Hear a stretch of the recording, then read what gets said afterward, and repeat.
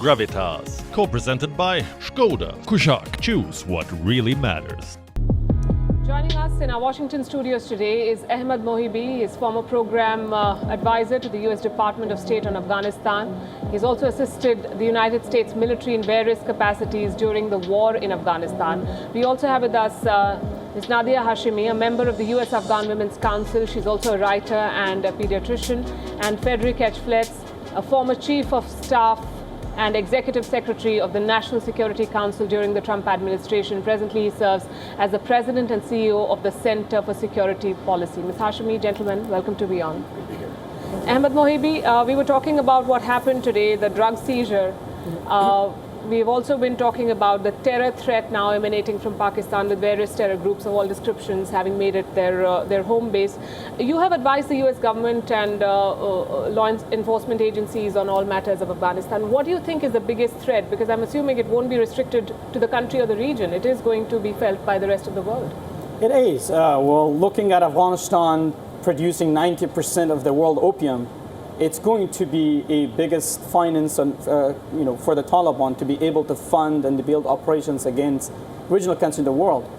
And at the same time, we're looking into the U.S. exit strategy and the whole collapse of Kabul. It could be a threat, and for countries like particularly India, giving that right now what we have is words versus actions. Thousands of U.S. troops gone, and the regime that was built in the past 20 years is gone. So U.S. has limited resources in Afghanistan. China is not interested. China is already in the war. Russians are not interested. Iran, there are sanctions on Iran. So right now we have words, and there's less capability of U.S. intelligence and what's going to happen. So giving the opium, the Taliban financing, and their ties with Al-Qaeda and other extremist groups in Afghanistan, particularly looking into Jaish and also Lashkar-e-Taiba and the ISIS. So we are looking at the security threat to the regional countries, particularly India. Right. Frederick, while a clear link to the Taliban with regards to this drug seizure has not been established, it is an open secret that the Taliban have been funding themselves through drug trade. And this development within weeks of them taking the reins of Afghanistan, how do you see this, and do you think that this is going to be their model going forward, that they'll do it more openly and legitimize what they've been doing? I think it probably will, and it's troubling when we see Western politicians, particularly American politicians, who say that UN resolutions or stern warnings by the United States is going to get the Taliban to act like a civilized government. The Taliban is a terrorist organization. It's backed by Pakistan. We know that terrorists are in Afghanistan, heavily armed with weapons left behind by the United States. This means the pressure is on Pakistan to stop this situation from spinning out of control. And I think the world has to, pressuring the Taliban, I don't think is going to get anywhere. Pressuring Pakistan, the Taliban's principal sponsor, is what the world has to do. And I think American politicians should be very clear that if Pakistan does not cut off its support for the Taliban, does not insist that the Taliban act as a civilized organization, we will cut off all aid to Pakistan. Interesting you mentioned Pakistan, because the Pakistani Prime Minister has been saying, give them more time. Interestingly, he also said that he's going to push for an inclusive government, and the Taliban have just said that nobody has the right to lecture us on inclusivity, including Pakistan. I saw videos earlier today of Taliban fighters tearing a Pakistani flag and shouting Allahu Akbar. Is there any country or government that can pressurize or work with the Taliban now that they have been given legitimacy by the world and made leaders of their own country? I think Pakistan is the only country that has the influence, but it will still be difficult because the Taliban is a fanatical, radical Islamist organization. It does not care what the world thinks of it. It also knows that it will find people who will sponsor it. It will sell drugs. It will take funds from Russia, from China, from Iran. Probably not from Russia. I think the Russians are a little bit leery of dealing with the Taliban. But the pressure has to be on Pakistan. I think it's the only way we have to resolve this catastrophe that was left by the U.S. withdrawal. I think that the Afghanistan crisis is the making of a lot of actors and players. And while we talk about Pakistan or China or even President Biden, Nadia, you wrote something very interesting in a recent piece for the NPR. You said all of the presidents who dealt with the situation in Afghanistan are responsible for the current state of affairs. While I agree with this, would you say that Joe Biden's withdrawal and the botched-up exit is more to blame than the others? It's hard to say. I think Joe Biden's handling of this evacuation, the catastrophe that we've watched unfold, is very acute, it's very fresh, it's very raw, and we visually were watching it, you know. The previous administration, or Trump's administration, arranged a deal which was an utter and total capitulation to the Taliban. It basically handed over 5,000 prisoners of the Taliban, gave them back their fighters, and said, yes, we promise that we leave, and please don't shoot us on the way out. It was an utter capitulation. So, you know, did we feel the impact of that here? No, we didn't, but the Afghan people in Afghanistan did, because after that deal was signed, in escalation in targeted assassinations, in violence across civil society factors, women judges were being executed. The people over there felt it very acutely, and that was the real signs of what was coming after the evacuation. The US government has cut a lot of slack to the Taliban. They've even described them businesslike, and they've said we will judge them by their actions. But their actions are for the world to see, including the latest diktats which said that women will only be allowed to clean toilets, among other things, in government offices, and only those roles where men will not be able to work. What kind of a relationship do you see between America and this Taliban regime, and where do you see this going? Well, as of right now, this is the question every American wants to get answers to it. But I think going forward, we're looking into a regime that has been designated a terrorist group. We're looking at, you know, Anas Haqqani, Sirajuddin Haqqani, the Minister of Interior Affairs, has been designated by the FBI, still on the website of the FBI. So I think what the Taliban has been telling the U.S. is that, look, we're going to cut ties with Al-Qaeda. We're going to help you combat terrorism. And back in 2001, U.S. wanted to build a strong institution in Afghanistan, kill Osama bin Laden. But right now, the Taliban are giving those promises. Look, Americans, we're going to help you combat terrorism. But they're a terrorist group themselves. Exactly. And then they still have ties with Al-Qaeda. They have family relationships, wives, husbands, families. They have property together. So I think, to me, personally, when I look at them, when I work in Afghanistan, Taliban and Al-Qaeda, all these Islamist groups, they share the same ideology. I think it's hard to see the cut ties from each other. But I think going forward, it's too early. Let's see what the Taliban are going to deliver in actions, not in words, because words, actions speak louder than words. And we're looking into whether the U.S. government is going to recognize them or not, because we're talking about 38 million Afghans living in humanitarian crisis. I was speaking to just past few days. A lot of Afghans are selling their cell phones or carpets because there's no income, there's no job. So we're talking about a humanitarian crisis. And at the same time, we're talking about a U.S. administration has no clue how they're going to proceed with Americans, with the Taliban.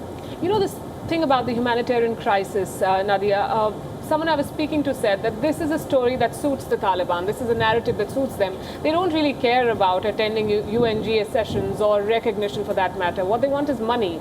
And when they tell the world that, look, there is abject poverty and Afghans are suffering, then the likes of the United Nations chief and others say, okay, we need a way to channel that money into Afghanistan. Do you think that this is a catch-22 situation that the world finds themselves in? And when they send aid to Afghanistan, how are they going to monitor what happens to that aid? It's absolutely a catch-22, and I think a lot of countries around the world, including the U.S., where we're trying to decide what does our relationship going forward look like, we're thinking about the people on the ground, right? If we don't recognize the Taliban, how are we going to engage with them? How are we going to help the Afghan people? If we do recognize them, but what kind of a statement does that make? And when we look at the humanitarian crisis and think about sending money over there, and thinking about how some of that will most likely go to funding the Taliban and their militant efforts, their extremist efforts, that has been happening. That will not be a new phenomenon. So even in the United States' presence in Afghanistan in the past 20 years, there have been some amounts of money going to the Taliban so that the United States could conduct the projects and the endeavors that it wanted to do there. That will only escalate going forward. Frederick, there's domestic politics as well in this, and the Democrats would say that a lot of this problem is Donald Trump's making. He set a hard deadline for exit, which of course Joe Biden then extended. It was Donald Trump, under him, that the US pressured the democratically elected government in Kabul to release 5,000 Taliban members, as she said, many of whom returned to the battlefield. They were the ones who brought the Taliban to the talking table. Would you say that this is a series of mistakes of successive American administrations that has, made Afghanistan the chaotic place it is right now? Well, the Biden administration has worked hard to blame Biden's disastrous withdrawal on Donald Trump, and it just isn't fair. Trump had a condition-based withdrawal plan. and the plan would have stopped if the Taliban was not cooperating. Joe Biden suddenly withdrew. He blindsided the Afghan government, the Afghan military, American allies. The British Parliament has censured Joe Biden. He's been criticized by many European leaders. I think Indian leaders have condemned him. It was a catastrophe. He was advised by his military advisors not to do it, or at least not to do it this way. The reality is America wanted to get out of Afghanistan. It was a difficult decision. I think many of us realize it could be in the end, even under Trump, the Taliban would have taken control. But Biden botched this so badly, the Taliban rapidly took control and created this catastrophe, this humanitarian catastrophe in Kabul. It was a difficult decision. No one is happy with it, but I think we all know this could have been handled much better, and it is a dark cloud that will haunt the Biden presidency, I think, forever. I'm curious, though, why would he do that? And the Biden team says that we inherited a deadline, but not a plan. There was no plan. There was a plan. Of course there was a plan, and Biden has seen the plan. And what's interesting is that Biden reversed almost every Trump policy. And he said that he was somehow shackled to this policy. That doesn't make any sense. Biden could have changed this policy. Biden could have added additional conditions. Biden could have worked with the Afghan government to withdraw. Biden could have worked with America's allies who had troops on the ground in Afghanistan. And we all know that America's allies pleaded with Biden to postpone the withdrawal date, and he stubbornly refused. And I think that has hurt America's reputation significantly. And it is being hurt with the decisions that have followed. I'm being told that we are out of time, but I want to quickly ask you, as world leaders gather this week in New York, and there will be some meetings in the building right behind us, do you see any substantive strategy emerging, or will this be more talk and Afghanistan is just now a footnote and everyone expresses concern but doesn't really do very much about it? Well, I think for countries like China, they're lobbying really hard for the Taliban to be recognized. That's number one, what's happening.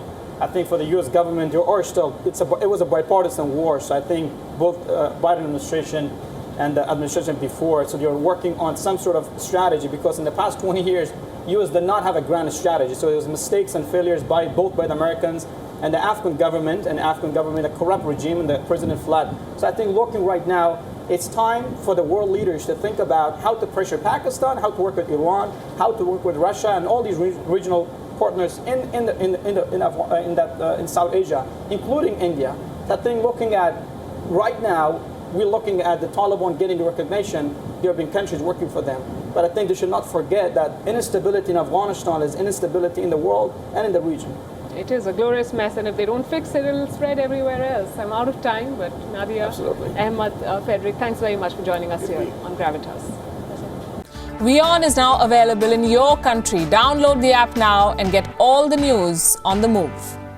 Gravitas, co-presented by Skoda. Kushaq, choose what really matters.